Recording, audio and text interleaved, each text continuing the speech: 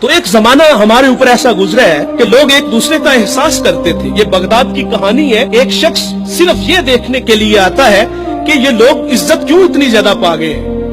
اس نے ایک ہوٹل سے کھانا کھایا, وہ مسلمان نہیں تھا, اور سامنے ٹیبل پہ ایک جوان بیٹھا تھا, وہ مسلمان ہے. اس نے محسوس کیا کہ اس کا تعلق ہمارے شہر سے نہیں ہے. خیر کاؤنٹر پہ جا کے اس کا بل دیا, اور اس صاحب نے کھانا کھایا, بل دینے کے لیے کاؤنٹر پہ گیا تو کہا آپ کا بل ادا ہو گیا ہے. کہا یہاں تو مجھے کوئی جانتا نہیں, میں اجنبی ہوں.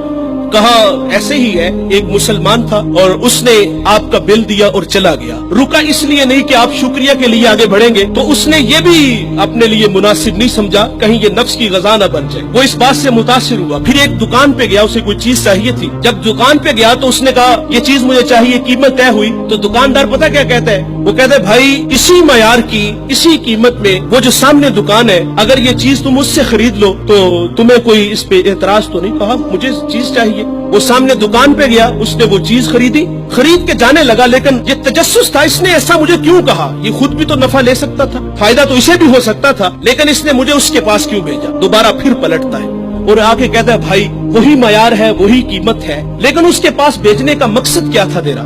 اس نے کہا بھائی صبح سے اس وقت تک میرے پاس بڑے گاہک آئے ہیں اور میں نے اپنے بیوی بچوں کے لیے رزق روٹی اکٹھی کر لی ہے, اور وہ جو سامنے بھائی ہے اس کے پاس صبح سے لے کر اس وقت تک کوئی گاہک بھی نہیں آیا. تو میری آرزو تھی کہ تو اس سے جا کے خرید لیتا تاکہ وہ بھی اپنے بچوں کے لیے رزق روٹی لے جاتا. ایک ایسا زمانہ تھا, ہمارے اخلاق اتنے اچھے تھے, ہم ایک دوسرے کا خیال رکھتے تھے.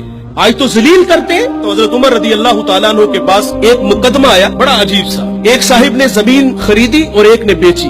جس نے زمین خریدی اس نے ہل چلایا تو اس سے خزانہ نکلا, اور وہ خزانہ لے کے جس سے خریدی ہے اس کے پاس آ گیا اور آگے کہتا ہے کہ بھائی میں نے زمین خریدی ہے, زمین کے پیسے دیے ہیں, اس خزانے کے پیسے نہیں دیے, یہ آپ مجھ سے لے لو. اور جس نے بیچی ہے وہ کہتا ہے بھائی یہ تمہارے مقدر, یہ میں نہیں لوں گا, یہ تمہارے ہی ہے. ان کا آپس میں تنازع ہوا, حضرت عمر کے پاس آ گئے. وہ دے رہا ہے, وہ لے نہیں رہا. آج بھائی بھائی ایک انچ پہ ایک دوسرے کو قتل کر رہے ہیں. آج ایک انچ پہ بھائی جیونا مرنا ختم کر رہے اپنے بھائی سے. اپنی اولادوں کو بھی نصیحت کر کے جاتے کہ چچا کو منہ نہیں لگانا. اور ادھر کیا ہے جو رسول اللہ نے اخوت کا درس دیا تھا ان قوم کو, ان لوگوں کو, اور وہ کتنے اچھے لوگ ہیں, وہ خزانہ دے رہے وہ لے نہیں رہا. حضرت عمر رضی اللہ تعالیٰ عنہ کے پاس فیصلہ آیا تو آپ نے فرمایا تم دونوں صاحب اولاد ہو. کہا ہاں.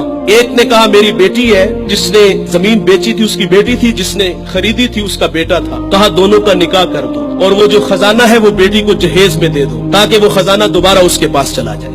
تو اللہ سے دعا کریں کہ اللہ ہمیں اچھے اخلاق عطا فرمائے. اس ویڈیو کو شیئر ضرور کیجئے, ہو سکتا ہے آپ کے ایک شیئر سے یہ بات کسی کے دل میں اتر جائے. جزاک اللہ.